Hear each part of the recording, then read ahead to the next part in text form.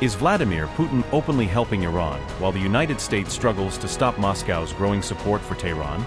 Are Putin's intelligence assets now tracking U.S. military movements to strengthen Iran's position during a potential future conflict? Fresh reports claim Moscow is helping Tehran sharpen both its offensive capabilities and defensive preparations through advanced intelligence sharing.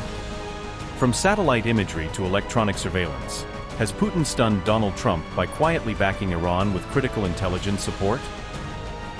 Russia is reportedly providing Iran with electronic intelligence to strengthen Tehran's military capabilities, according to a report by NBC News. US and European officials reportedly say Moscow has shared satellite surveillance data and signals intelligence with Iran to enhance its situational awareness. The reported intelligence support is believed to help Iran better monitor and track U.S. air operations across the strategically important Middle East region. Officials say the Russian-supplied intelligence could help Tehran more accurately identify U.S. military aircraft and forces during aerial missions and deployments. Russian satellite imagery could also help Iran better protect key military installations and strategic assets from potential U.S. airstrikes, according to officials. Officials further believe the shared intelligence may improve the accuracy and effectiveness of Iran's drone and missile strikes during future military operations.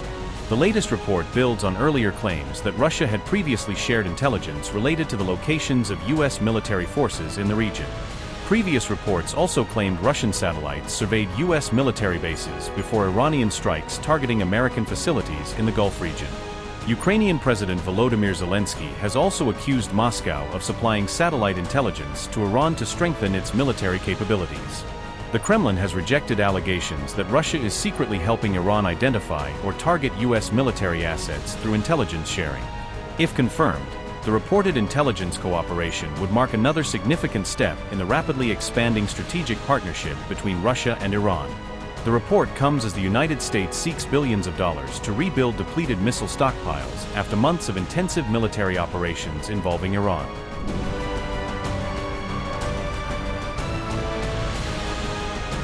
The U.S. is now seeking billions of dollars to rebuild missile stocks after months of intense operations in the Iran war, reflecting how quickly modern conflicts drain high-end munitions. On July 31st, Bloomberg revealed that the Pentagon has submitted a new $67 billion emergency request, a package explicitly tied to the ongoing Iran conflict and its costs. Within that broader request, $18.2 billion has been earmarked to replace key missiles used during recent operations, focusing on the most advanced interceptors and cruise weapons. The funding plan has been formally submitted to U.S. Senate and House Defense Committees, signaling that Congress is now being asked to sign off on this rapid rearmament push. Bloomberg's report comes after months of U.S. strikes on Iranian targets and repeated defensive interceptions against incoming missiles and drones across the region. The Pentagon's shopping list includes about $5.75 billion dedicated just to THAAD interceptors, reflecting how heavily the high-altitude shield was relied on during the war. Another $5.57 billion are set aside for Patriot PAC-3 MSE missiles, the Army's frontline air defense rounds that have been fired repeatedly to stop Iranian attacks. Around $1.9 billion would go to Standard Missile 6 interceptors, a versatile Navy weapon used for both air and missile defense in contested waters. Some $1.3 billion is earmarked for new Tomahawk cruise missiles, replenishing the long-range strike inventory that has been used for precision hits on Iranian targets. A further $1 billion would fund SM-3 Block IIA interceptors, crucial for exo-atmospheric missile defense and increasingly central to US-led protection. About $992 million is allocated to AMRAAM air-to-air missiles, ensuring US fighter jets can continue to engage hostile aircraft and drones without worrying about shortages. The list also includes roughly $692 million for precision strike missiles, expanding the Army's ability to hit key ground targets at long range with conventional warheads. US officials say this emergency request reflects growing concerns over America's missile stockpiles, which have been visibly strained by sustained high-tempo operations. American forces fired 13,629 munitions during the recent Iran conflict, according to Bloomberg, a figure that highlights just how intense and prolonged the campaign has become. Pete Hegseth notes that the request also includes around $21 billion to speed up missile procurement, aiming to push industry to deliver faster and in greater volume. Part of that accelerated funding is targeted at lower-cost precision munitions, which planners hope will carry more of the burden in future operations without exhausting high-end stocks as quickly. Bloomberg's breakdown suggests the funding could buy about 1,137 Patriot PAC-3 MSE interceptors, significantly rebuilding the air defense magazine after months of heavy use.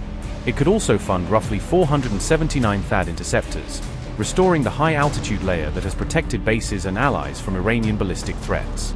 Around 462 Tomahawk cruise missiles could be purchased, reloading US and allied ships and submarines with long-range precision firepower. The plan includes enough money for about 442 SM-6 interceptor missiles, bolstering the Navy's ability to defend fleets and coastal assets against complex air attacks. Finally, about 433 precision strike missiles could be acquired, expanding the Army's capacity to strike critical nodes deep inside an adversary's territory.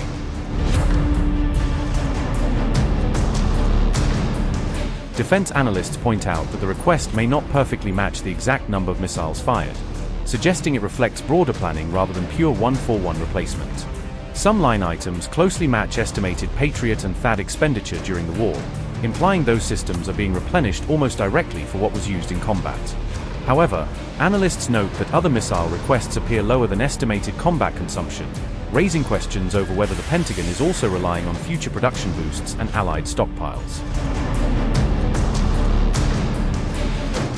U.S. air defenses in the Middle East are no longer attempting to stop every Iranian missile or drone, shifting to a more selective interception posture. Commanders are practicing selective interception specifically to preserve limited stocks of expensive interceptor missiles. The policy prioritizes threats that could hit U.S. personnel, critical facilities, or key allied targets, rather than every incoming munition. If a missile or drone is headed for an empty area or an abandoned building, interceptors may be withheld to save ammunition. This approach has reportedly been used since the early days of the war against Iran, becoming a routine part of air defense planning. Such ammunition conservation practices are common in many militaries, but in this conflict they carry extra weight given the scale and duration of combat.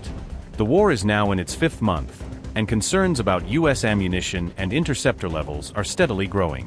One consequence is that some Iranian missiles and drones are still able to reach their targets instead of being shot down.